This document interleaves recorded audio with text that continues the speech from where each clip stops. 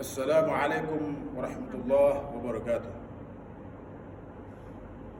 A'udzu billahi minasyaitonir rajim. Bismillahirrahmanirrahim. Alhamdulillahi rabbil alamin wa bihi nasta'inu ala umuri dunya waddin. Wassalatu wassalamu ala asrafil anbiya'i wal mursalin sayyidina wa maulana Muhammadur Rasulullah sallallahu alaihi wasallam. قال الله تعالى في كتابه الكريم أعوذ بالله من الشيطان الرجيم بسم الله الرحمن الرحيم إن في خلق السماوات والأرض واختلاف الليل والنهار والفلك التي تجري في البحر بما ينفع الناس وقال رسول الله صلى الله عليه وسلم الإسلام يعلو ولا يؤلى عليه صدق الله العظيم وصدق رسوله النبي الحبيب الكريم ونحن على ذلك من الشاهدين والشاكرين walhamdulillahi rabbil alamin. Jemaah kaum muslimin yang dirahmati oleh Allah SWT, marilah kita panjatkan puji dan syukur kehadiran Allah SWT atas segala nikmat dan karunia-Nya diberi kepada kita, terutama nikmat iman dan nikmat Islam.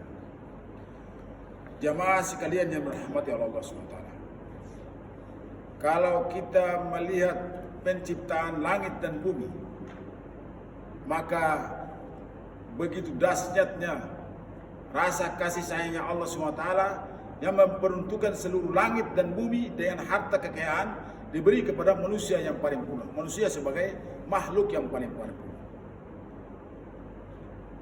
Namun nikmat yang besar itu terkadang manusia tidak mampu untuk mempertahankan kenikmatan yang Allah beri. Sudah sepantasnya kita sebagai manusia, kita harus bersyukur kepada Allah SWT atas segala nikmat itu.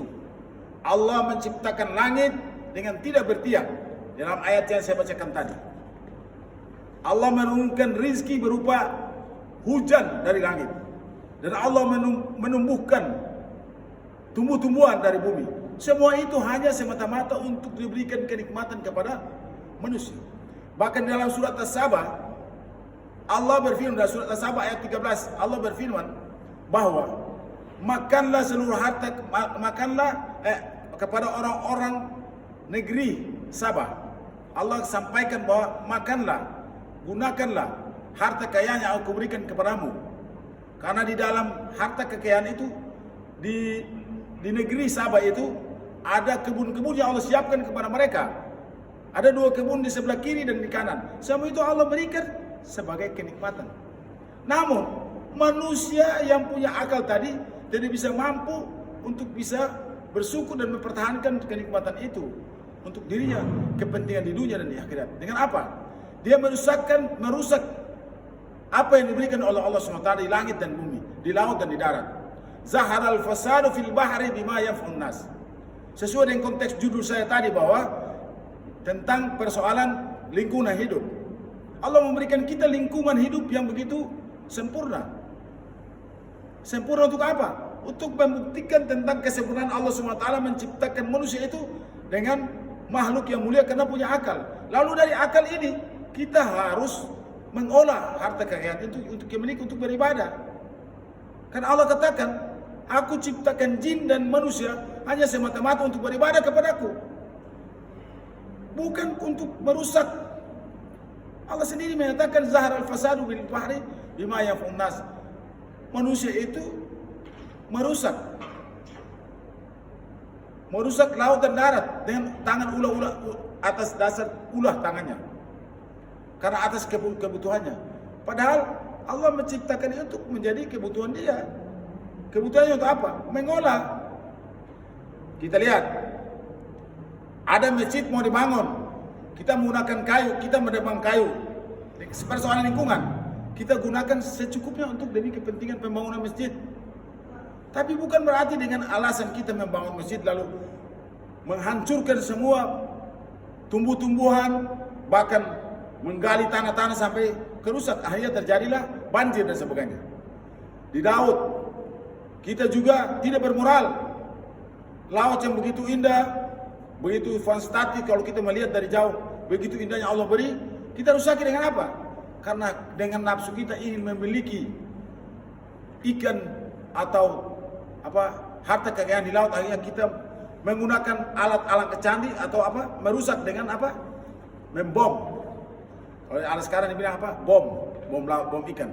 Ini kan dia menghancurkan dari mulai ikan yang kecil sampai besar, rusak semua, bahkan karang-karang semua rusak. Itu namanya persoalan bagaimana kita bermoral sebagai manusia yang punya moral dalam mensyukuri nikmat Allah dengan menjaga seluruh ciptaan Allah berupa lingkungan kita.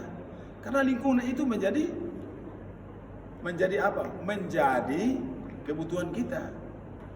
Nah, kalau kita merusak dia, maka kita tidak akan mendapatkan keindahan yang Allah berikan tadi. Olehnya itu, jamaah sekalian yang dirahmati Allah SWT, marilah kita menjaga lingkungan kita. Mulai dari lingkungan diri kita dengan tetangga kita. Apa? Kita punya moral yang baik. Moral antara sesama manusia. Moral antara golongan. Moral antara manusia dengan makhluk yang lain. Jin. Kita punya moral dengan mereka. Mereka juga ciptaan Allah. Kita juga bermoral. Bahkan iblis, setan punya kita bermoral. Moral kita dengan iblis itu apa? Apa yang digoda oleh iblis kita jangan ikuti. Buat apa kita mengikuti? Kalau kita mengikuti berarti kita tidak bermoral, kita tidak tahu diri. Nah, Allah menyuruh kita untuk apa? Kita beristighfar dan membaca ta'awuz. A'udzubillahi minasyaitonirrajim. Bahkan kita bisa membaca a'udzubillahi samil alim minasyaitonirrajim. A'udzubikalimatillahi tammati min syarri ma khalaq. Ini kita bermoral dengan jin. Doa tadi Allah memberi upaya kita untuk bermoral dengan jin, ifrit, jin muslim. Bahkan kita bermoral juga dengan makhluk yang lain. Binatang yang kita gunakan untuk kita makan, tetapi kita juga bermoral, kita harus kasihan, jangan kita membunuh dia sembarang, kita memotong tidak dengan bertakbir. Itu semuanya itu namanya tidak bermoral dan tidak beretika di dalam mempertahankan lingkungan yang Allah beri kepada kita, diberi amanat kepada kita sebagai manusia yang berakal. Kalau kita sudah tidak bermoral, maka kita akan bisa sama dengan binatang. Ya kan? Kita tidak punya akal. Karena Allah katakan balhum adal. Apa itu balhum adal? Manusia itu akan bisa lebih jelek daripada binatang. Kenapa? Karena dia tidak bermoral. Moral terhadap dirinya, tidak menjaga lingkungan terhadap yang bisa menghidupkan dirinya, saya tidak menjaga. Kesana saya manusia, antara manusia dia memfitnah, dia merusak. Khusus antara lingkungan dia merusak apa tatanan sosial dan sebagainya, lingkungan apa estetika dan sebagainya. Dia merusak apa namanya itu laut. Nah, ini namanya manusia yang tidak bermoral dan tidak menggunakan akal. Dia hanya menggunakan nafsu. Dia bahkan tidak bermoral, sampai iblis setan saja dia bergaul sama itu berarti tidak bermoral, karena dia makhluk, habitat makhluk yang memang Allah kita tidak sama dengan mereka. Jin, iblis, setan tidak sama, tapi kita bermoral.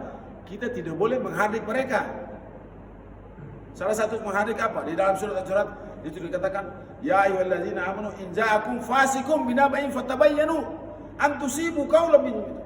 Kamu mendengar satu berita, itu kan iblis, setan.